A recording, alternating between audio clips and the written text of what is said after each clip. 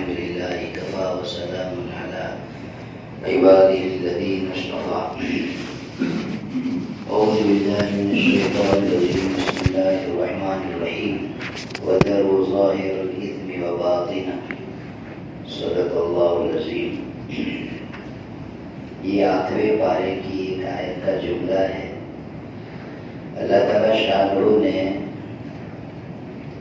اس جملے میں تمام ظاہری اور باطنی گناہوں کو چھوڑنے کا حکم دیا. وَذَرُوا ظَاهِرَ الْإِثْمِ وَبَاطِنَهُ.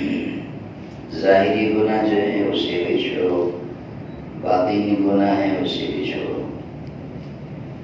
ظاہری اور باطنی گناہوں کی تفصیل انشاءاللہ میں دوسری مجلس میں کر دوں گا کہ ظاہری گناہ سے کیا مراد ہے، باطنی گناہوں سے کیا مراد ہے. اللہ تعالیٰ نے گناہوں کے چھوڑنے کا حکم دیا تو گناہوں میں کوئی خاص تاثیر اور اس کی کوئی خاص بات ہوگی، اس میں کوئی خاص پہلو پایا جاتا ہوگا جو بندوں کے لیے نقصان دہ اور مضر ہوگا. اس لیے تو اللہ تعالیٰ نے اس کے چھوڑنے کا حکم دیا. اس سے معلوم یہ ہوتا ہے کہ حق تعالیٰ شاہ کو اپنے بندوں کے ساتھ انتہائی شفقت اور انتہائی رحمت کا معاملہ ہے. ہر مضر نقصان دہ چیز سے اللہ تعالیٰ نے ہمیں بچایا ہے اور بچنے کا حکم دیا ہے. گناہوں کے چھوڑنے کا حکم دیا تو گناہ کیا چیز ہے؟ ویسے تو گناہ کا مطلب اللہ تعالیٰ شاہ کی نافرمانی، اس کے خلاف بغاوت کرنا. گناہوں کو عارفین نے مختلف مثالوں سے سمجھایا ہے. بعض عارفین فرماتے ہیں کہ گناہ کی مثال ایسی ہے جیسے جس میں انسانی میں کینسر کا مرض ہوتا ہے. کینسر، اور کینسر کی بیماری پورے جسم میں نہیں ہے، صرف کسی ایک عضو میں ہے وہ. لیکن اگر اس کو خارج نہ کیا جائے، اس عضو کو کاٹا نہ جائے تو کیا ہوتا ہے کہ یہ کینسر کا مرض پورے جسم میں پھیل جاتا ہے اور بالآخر اس کی موت کا سبب بنتا ہے. گناہ بھی کینسر سے کم نہیں ہے، بلکہ گناہ تو کینسر سے کئی گنا بڑھا ہوا ہے. اس لیے کہ کینسر سے مثلا انسان کا جسم ختم ہو جائے گا، گناہوں سے تو انسان کی روحانیت ختم ہو جاتی ہے. اندر دل، قلب، اس کا دل مر جاتا ہے. رأیت الذنوب، حضرت عبداللہ بن مبارک رحمۃ اللہ علیہ فرماتے ہیں کہ رأیت الذنوب، میں نے گناہوں کو دیکھا کہ قد یورث الذل ادمانها. رأیت الذنوب تمیت القلوب، میں نے گناہوں کو دیکھا کہ وہ دلوں کو مار دیتے ہیں. جو آدمی گنہگار ہوتا ہے اس کا دل مردہ ہوتا ہے. گناہ کرتے کرتے حیات قلبی، دل کی جو حیات ہے وہ ختم ہو جاتی ہے. جسمانی اعتبار سے وہ زندہ ہے اور قلبی اعتبار سے وہ مردہ ہے. یہ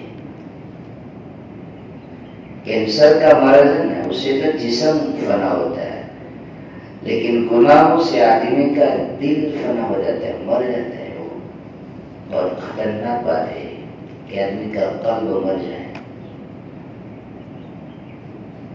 پھر نوبت کہاں تک پہنچتی ہے؟ آدمی جب گناہوں کو چھوڑتا نہیں تو وہ ہم مسلسل بے ببے اس کے دل پر موت طاری ہوتی رہتی ہے. پھر اس کا قلب جو ہے اس کے اوپر اول تو وہ زنگ چڑھتا ہے. کلا بل ران علی قلوبہم ما کانوا یکسبون. ان لوگوں کے جو اعمال بد ہے نا، اس کی وجہ سے ان کے قلوب پر زنگ یعنی کاٹ لگا ہوا ہے. ایک مرحلہ یہ. لیکن پھر جب آدمی یہاں بھی اٹکتا نہیں ہے تو پھر گناہ کرتے کرتے وہ ایک موقع آتا ہے کہ اس کا قلب معکوس یعنی الٹا ہو جاتا ہے اس کا دل. اللہ نے دل یوں رکھا ہے, سمجھو بات کو, اللہ مجھے آپ کو سمجھا دے. اللہ نے دل یوں رکھا ہے تو کیا ہوتا ہے کہ قرآن حدیث کی کوئی بات کہی جاتی ہے تو وہ اندر اترتی ہے, یوں سیدھا رکھا ہے. لیکن گناہ کرتے کرتے یہ اپنا رخ بدلتا رہتا ہے, دھیرے دھیرے دھیرے دھیرے یوں ہو جاتا ہے. قلب معکوس بولتے ہیں اس کو, الٹا کافر کا ایسا ہو جاتا ہے. اور خاص کر کے وہ کہ جن کی موت کفر پر آنے والے ہوتے ہیں ایسے ہو جاتے ہیں. یہی وہ مرحلہ ہے جس کو ہم نے یوں پڑھا, پر دوے دیکھا نگیر دھر کے بنیادش بدس, تربیت نہ اہل راجو گردگاہ پر گم بدس. شیخ سعدی رحمۃ اللہ علیہ بہت بڑے آدمی ہیں, وہ فرماتے ہیں کہ جو ایسے الٹے دل والے ہوتے ہیں ایسے لوگوں کو نصیحت کرنا ایسا ہے جیسے گنبد کے اوپر اخروٹ کا رکھنا. گنبد پہ آپ اخروٹ رکھیں گے, گنبد بنا اخروٹ رکھیں, وہ ٹھہرے گا وہاں, وہ نہیں ٹھہرے گا.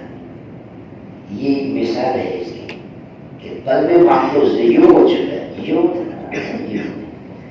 یہاں اثر نہیں کرے گی, وہ نصیحت ٹھہرے گی نہیں. بلکہ ایک وقت وہ بھی آتا ہے کہ جب قلب الٹا ہونے لگتا ہے تو ایسے آدمی کو نصیحت کرنے والے لوگوں سے وحشت ہونے لگتی ہے.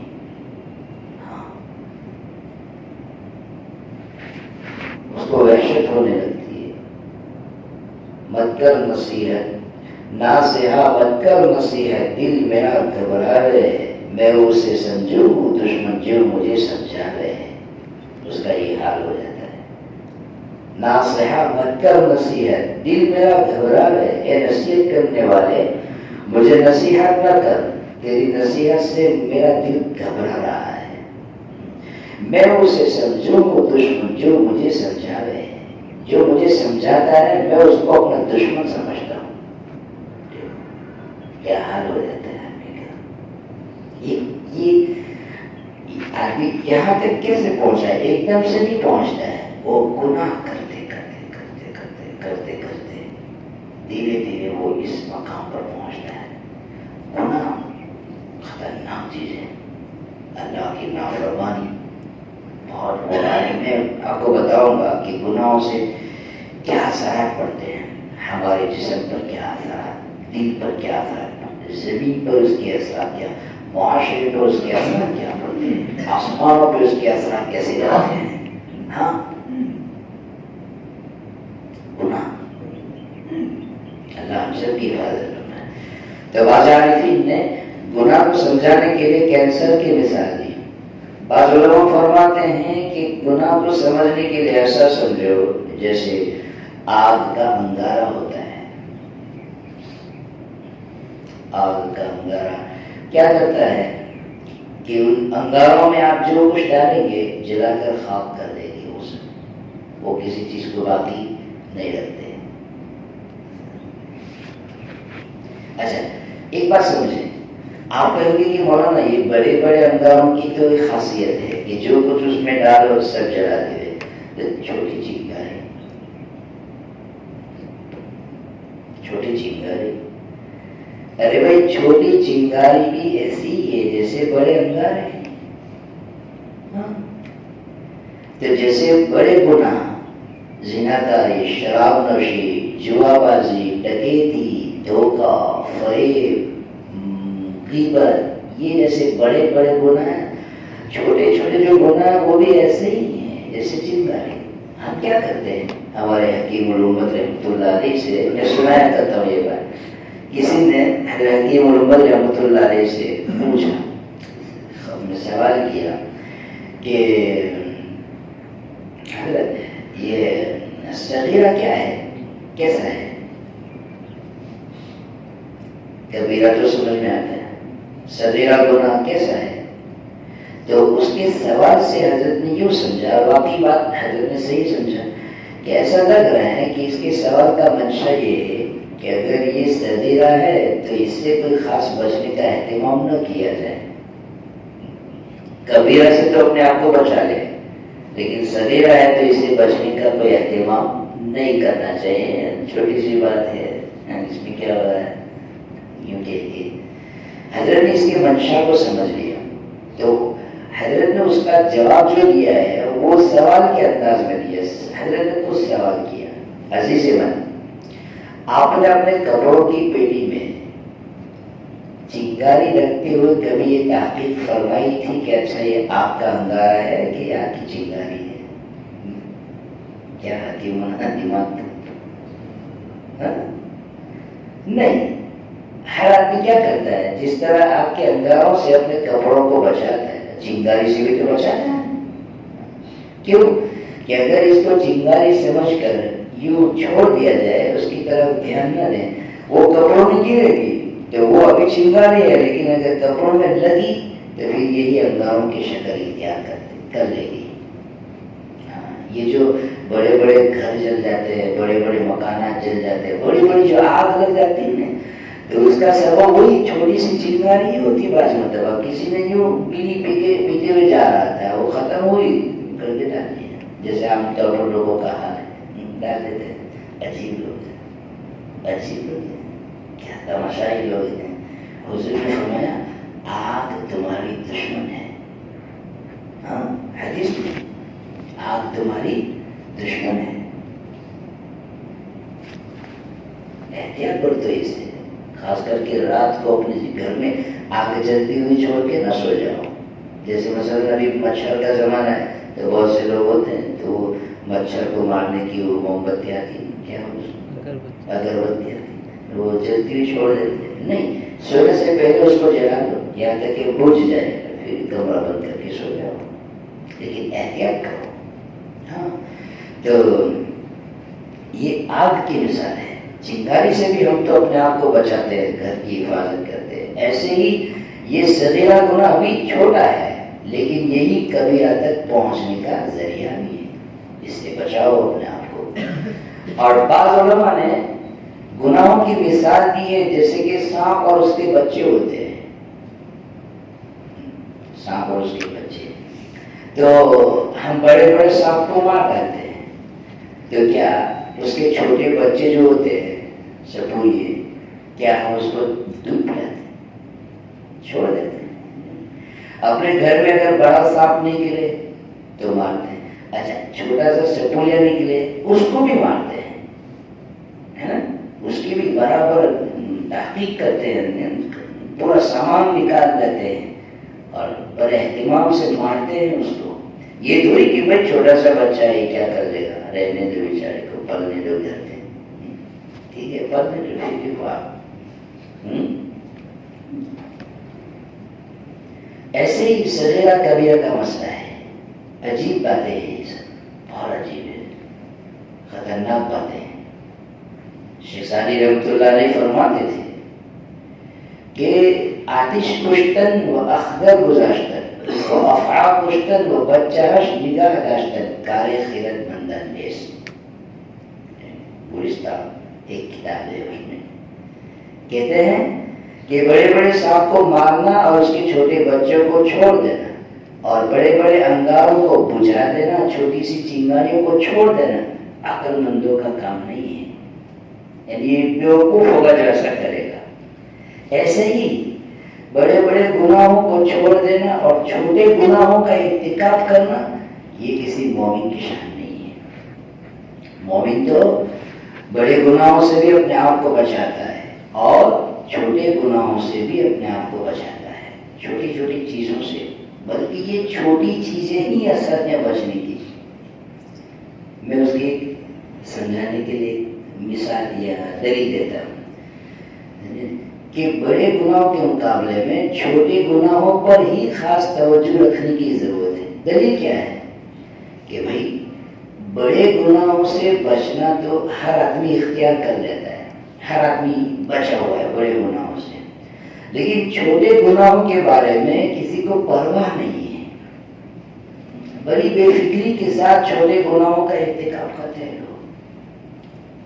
ہاں تو معلوم کیا ہوا، توجہ یہاں رکھنے کی ضرورت ہے. وہ جو بڑے ہیں نا اس کے بارے میں تو ہم محتاط ہیں، احتیاط کر رہے ہیں، لیکن چھوٹوں کے بارے میں احتیاط نہیں ہے. معلوم یہی زیادہ فکر کی چیز ہے. اور دوسری دلیل کہ چھوٹے گناہوں کا ارتکاب کریں گے تو اسی کی یہ عادت ہے نا ہمیں بڑے گناہوں تک پہنچا دے گی. میں اس کو بہت دلیل سے سمجھاؤں گا انشاءاللہ، اور مجھے امید ہے کہ آپ اسی طرح یہاں جم کے بیٹھیں گے. اللہ مجھے بھی عمل کی توفیق بھی دے گا آپ لوگوں کی برکت سے. اور میں تو کہا کرتا ہوں، میں بھی گیا تھا ایک جگہ تقریر کے لیے، تو میں نے کہا ان لوگوں سے علماء کی مجلس تھی کہ ایک آدمی محنت کرتا ہے. میری اپنی بات تو یہ ہے بھائی کہ جب مجھے کہا جاتا ہے کہ مولانا آپ کو بیان کرنا ہے، مثلا جمعہ میں بیان کرنا ہے یا عشاء کے بعد، یا مولانا نے اور ہمارے عبدال بھائی نے مجھے دعوت دی کہ عصر کے بعد آپ کو بولنا ہے، کچھ کہنا ہے، تو آپ یقین کیجیے میری تو اپنی عادت یہ ہے کہ میں فکر میں رہتا ہوں، ٹینشن میں رہتا ہوں، مکمل باقاعدہ تیاری کرتا ہوں، کتابیں دیکھتا ہوں، پوری تیاری کے ساتھ میں یہاں آتا ہوں اور ایک فکر کے ساتھ. ہاں یہ نہیں کہ آپ نے کہا میں آ کے بیٹھ گیا اب جو منہ میں آئے وہ بول دیے، ایسا نہیں ہے. تیاری، فکر. اور آپ لوگوں نے جو دعوت دی اس کی قدردانی یہی ہے کہ میں اپنے طور پہ فکر مند رہوں. ہاں آپ کی دعوت کی قدردانی یہ ہے کہ میں بھی فکر مند رہوں کہ مجھے بات کہنا ہے اور کام کی بات کہنا ہے، قرآن حدیث کی روشنی میں کہنا ہے، مدلل طریقے پر کہنا ہے. تو ظاہر ہے کہ قرآن حدیث کی روشنی میں کہنا ہے تو مجھے قرآن حدیث پڑھنا پڑے گا، اکابرین کی کتابیں مجھے دیکھنی پڑے گی، تب جا کر کے میں یہاں 15-20 منٹ کا مواد اور اس کا مضمون آپ کو پیش کر سکوں گا. تو گناہ بہت خطرناک چیز ہے. ایک اخری حدیث میں سنا دیتا ہوں آپ کو. نبی اکرم صلی اللہ علیہ وسلم سے ایک صحابی نے کہا اللہ کے رسول میں چاہتا ہوں کہ سب سے بڑا عابد بن جاؤں، اريد ان اكون اعبد الناس. میں چاہتا ہوں کہ سب سے بڑا عابد یعنی میری عبادت سب سے زیادہ ہو، بڑا عبادت گزار. اور ہر آدمی کی چاہت ہونی چاہیے. صحابہ کی چاہت یہی ہوتی تھی. کوئی کہتا تھا میں سب سے بڑا عابد بن جاؤں، کوئی کہتا میں سب سے بڑا سخی بن جاؤں، کوئی کہتا سب سے بڑا مجاہد بن جاؤں، کوئی کہتا سب سے بڑا متقی بن جاؤں. یہ ان کی چاہت ہوتی تھی. تو صحابی نے کہا اللہ کے رسول میں چاہتا ہوں کہ سب سے بڑا عابد بن جاؤں، کیا طریقہ ہے اس کا؟ نبی کریم صلی اللہ علیہ وسلم نے ارشاد فرمایا اتق المحارم تکن اعبد الناس. گناہوں کو چھوڑ دو سب سے بڑے عابد بن جاؤ گے. یوں نہیں کہا رات پر نمازیں پڑھو، ہے نا؟ یوں نہیں کہا کہ کثرت سے سجدے کرو. کیا کہا؟ اتق المحارم، گناہوں کو چھوڑو سب سے بڑے عابد کہلاؤ گے. سب سے بڑی عبادت یہی ہے کہ آدمی اللہ کا باغی نہ ہو، اللہ کا نافرمان نہ ہو. اس کی آنکھیں اللہ کی مطیع فرما بردار، اس کی زبان اللہ کی مطیع اس کی فرما بردار، اس کے کان اللہ کی مطیع اس کے فرما بردار، ہاتھ اللہ کی مطیع اور فرما بردار، پاؤں اللہ کی مطیع اور فرما بردار، دل دماغ کی سوچ اور اس کی فکریں اللہ کی فرما بردار ہو. اگر ہے ایسا تو بھلے اسے 5 وقت کی نمازیں پڑھتا ہو، لیکن عابد الناس سب سے بڑا عبادت گزار وہی ہے. اسی لیے کہا جاتا ہے کہ آدمی کا جو معیار قائم ہوتا ہے انسان کامل کا معیار وہی یہاں سے ہوتا ہے کہ وہ پرہیزگار کتنا ہے. یہ دیکھا جاتا ہے گناہوں کے بعد میں اس کا کیا ماحول، اس کا حال کیا ہے، یہ دیکھا جاتا ہے. تو اللہ سے دعا کریں اللہ تعالیٰ ہم سب کو رمضان شریف کی برکت سے پرہیزگار بنا دے، تمام گناہوں کو اللہ پاک چھوڑا دے، نجات عطا فرما دے. نجات، گناہوں سے نجات مل جائے. بولتے ہیں قید خانے سے نجات مل جائے، اس بیماری سے نجات مل جائے. کینسر والا آدمی بیچارہ کیسا رو رو کے ہم سے کہتا ہے بہت بہت پریشان، پورے سوزش اور جنن ہے، موت کے آنے سے پہلے میں مر رہا ہوں، مولانا دعا کریں مجھے نجات ہو جائے، ہے کہ نہیں؟ ہاں ایسے یہ چیز ہے، نجات پانے کی اصل چیز یہ گناہوں سے نجات ملے ہمیں، ہماری آنکھیں ٹھیک ہو جائیں، بہت گناہ کیا آنکھوں سے، ہماری زبان ٹھیک ہو جائے، ہمارے کام ٹھیک ہو جائے، ہاتھ پاؤں کی حرکت ٹھیک ہو جائے.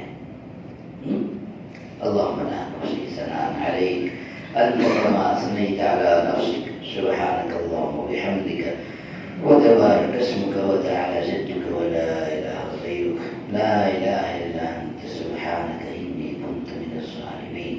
اللهم صل على محمد النبي الرحمة. یا اللہ ہمارے حال پر رحم فرما، یا اللہ ہمارے حال پر رحم فرما. یا اللہ ہم گناہوں کو چھوڑنا چاہتے ہیں یا اللہ، لیکن نفس، شیطان، غلط ماحول، غلط معاشرہ، غلط دوستیوں نے ہم پہ یا اللہ تسلط کر لیا ہے، غلبہ پا لیا ہے. یا اللہ ہم زیر ہو جاتے ہیں، ہم ان ساروں کا مقابلہ کرنے سے یا اللہ کمزور پڑ جاتے ہیں. یا اللہ ہماری مدد فرما، یا اللہ ہماری مدد فرما. اللہ گناہوں کے دلدل سے ہمیں نکال دے، عافیت کے ساتھ نکال دے، اطاعت کی شاہراہ پر ہم سب کو گامزن فرما دے. یا اللہ تمام ظاہری باطنی چھوٹے بڑے گناہوں سے ہمیں نجات عطا فرما دے. یا اللہ نجات عطا فرما. بہت گناہوں کی لذتیں لے چکے ہیں یا اللہ، تھوڑی دیر کی لذت ہے، زندگی بھر کا غم ہے اس میں. یا اللہ کسی گناہ میں کبھی لذت نہیں ہو سکتی. یا اللہ جن گناہوں میں ہم نے لذت سمجھا ہے وہ نفس کا دھوکہ ہے، شیطان کا فریب ہے. یا اللہ تیری اطاعت میں، تیری عبادت میں یا اللہ تیری محبت میں جو لذت ہے دنیا میں اس کو سمجھانے کے لیے الفاظ بھی نہیں ہے. اے اللہ، اے اللہ، اے اللہ ہمیں اطاعت اور عبادت کا عادی بنا دے، گناہوں کے دلدل سے ہمیں نکال دے. یا اللہ عافیت کے ساتھ رہائی نصیب فرما دے. یا اللہ زندگی کا بھروسہ نہیں، زندگی کا بھروسہ نہیں. یا اللہ ہماری موت اس حال میں آوے کہ ہم غافلین کی فہرست سے نکال کر ذاکرین کی فہرست میں ہمارا نام لکھا جا چکا ہو. اے اللہ ہماری موت اس حال میں آوے کہ یا اللہ عاصی اور گنہگاروں کی فہرست سے ہمارا نام نکال کر مطیع اور فرما برداروں میں ہمارا نام لکھا جا چکا ہو. اے اللہ کریم عافیت کا معاملہ فرما، عافیت کا معاملہ فرما. زندگی کا بھروسہ نہیں ہے مولا. لاکھوں انسان جو دنیا میں تھے آج نہیں ہے. اللہ دیکھتے ہی دیکھتے چلے گئے، ہنستے مسکراتے کھاتے پیتے تن و من تھے، دنیا سے رخصت ہو گئے. مولا تیرا ہمارے ساتھ کتنا بڑا احسان کا معاملہ ہوا، تو نے ہمیں زندگی کا موقع دیا. اے اللہ زندگی کا موقع دیا، توبہ نصوح کا موقع دیا. اے اللہ توبہ نصوح کا موقع دیا. اے اللہ ہم سب کو توبہ نصوح نصیب فرما دے، سچی اور پکی توبہ عطا فرما دے. گناہوں کی نفرت یا اللہ، گناہوں کی نفرت اور نیکیوں کی رغبت اور اس کا شوق ہمارے دلوں میں تو اپنے فضل سے پیدا فرما دے. یا اللہ غلط صحبت سے، غلط ماحول سے ہماری اور ہمارے اولاد در اولاد کی حفاظت فرما. یا اللہ میرے بھائیوں نے یہاں بیٹھ کر میری باتوں کو سنا، اپنے شوق اور اپنے طلب علم کا انہوں نے اظہار کیا. مولا ان کی قدردانی کی مجھے توفیق عطا فرما. یا اللہ میرا ان پر احسان ہے نہیں، وہ تو جانتا ہے، لیکن سننے والوں کا میرے اوپر احسان ہے. انہوں نے اپنے قلوب کی زمین میرے سامنے پیش کی تو میں نے علم کی کھیتی ان کے قلوب پر کی ہے. مولا قبول فرما لے. انہوں نے احسان کیا، قبول فرما لے. اے اللہ کریم سارے سننے کہنے والوں کو عمل کی توفیق عطا فرما دے. ہماری زندگیوں میں انقلاب عظیم پیدا فرما دے. یا اللہ آئندہ روزوں کو آسان فرما اور آسان فرما. تراویحوں کو، نمازوں کو، خیر خیرات، صدقات، زکات سب اعمال کو آسان فرما دے. یا اللہ، یا اللہ جو مانگا وہ بھی عطا فرما، جو رہ کے اپنے شان عطا فرما. میرے بھائیوں کی جو بھی دلی تمنا ہے تیرے نزدیک پسندیدہ ہے، مولا خزانہ غیب سے ان کی تمناؤں کو پورا فرما دے، ان کے مقاصد حسنہ کی عافیت کے ساتھ تکمیل فرما دے۔ صلی اللہ تعالی علی خیر خلقہ محمد و آلہ و صحبہ اجمعین برحمتک یا ارحم